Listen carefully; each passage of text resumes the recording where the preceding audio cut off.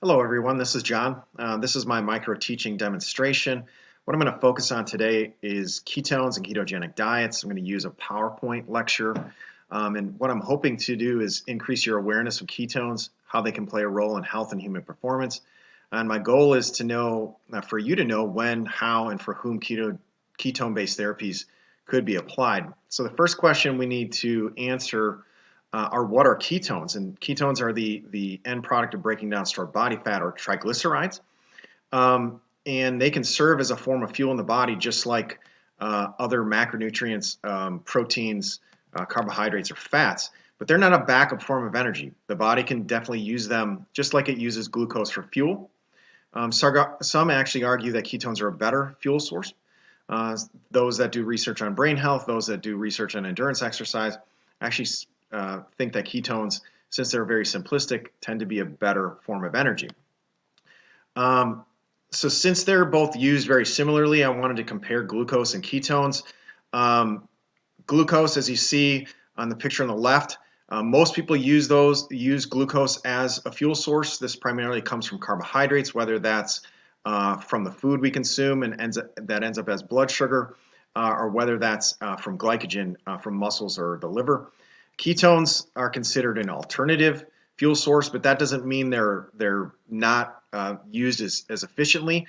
The body will typically not use both at the same time. So a variety of factors play into whether or not we use glucose or ketones. And I just want to make note of the fact that the ketones do have a little bit more of that simplistic structure. Again, that tends to be the argument for and against why they should be used. Who produces ketones? The answer to that is everyone. So after a full night of sleep, after strenuous exercise, or after about that where we don't consume a lot of calories or we don't consume any calories, whether that's intermittent fasting or whether that's not a choice, we will produce ketones.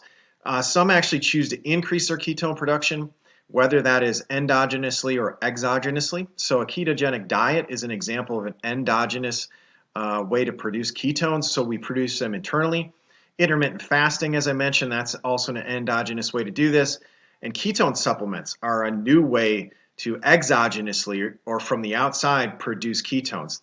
Esters, so you see the one on the right, and then the one on the left is a ketone powder.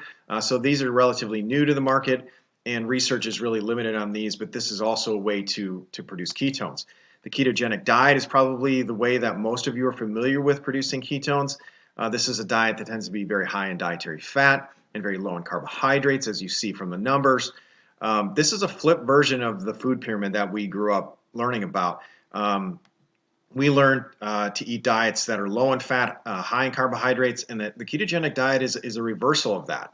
And so the only way to produce ketones is to keep carbohydrates low and to limit the insulin response. Also make note the fact that protein is also very moderate, and again, that's to keep insulin levels low. We can measure ketones either through urine, through breath, or through blood testing, and we're trying to pick up on either acetone, acetoacetate, or beta hydroxybutyrate. Those are the three primary forms of ketones. Who can benefit from ketone production? As you see, several groups. Those with epilepsy, that's been researched for decades. Potentially those with cancer, Alzheimer's, or autism, cardiovascular disease, those attempting to improve their mental health or improve their athletic performance can benefit from ketogenic diets. The main conclusions: ketones are an alternate fuel source. They're produced through diet and lifestyle. They're one of the best ways to increase ketone production is through ketogenic diets. We have three main types of ketones, and ketones and ketogenic diets have several therapeutic applications. Thank you for listening. Have a great day.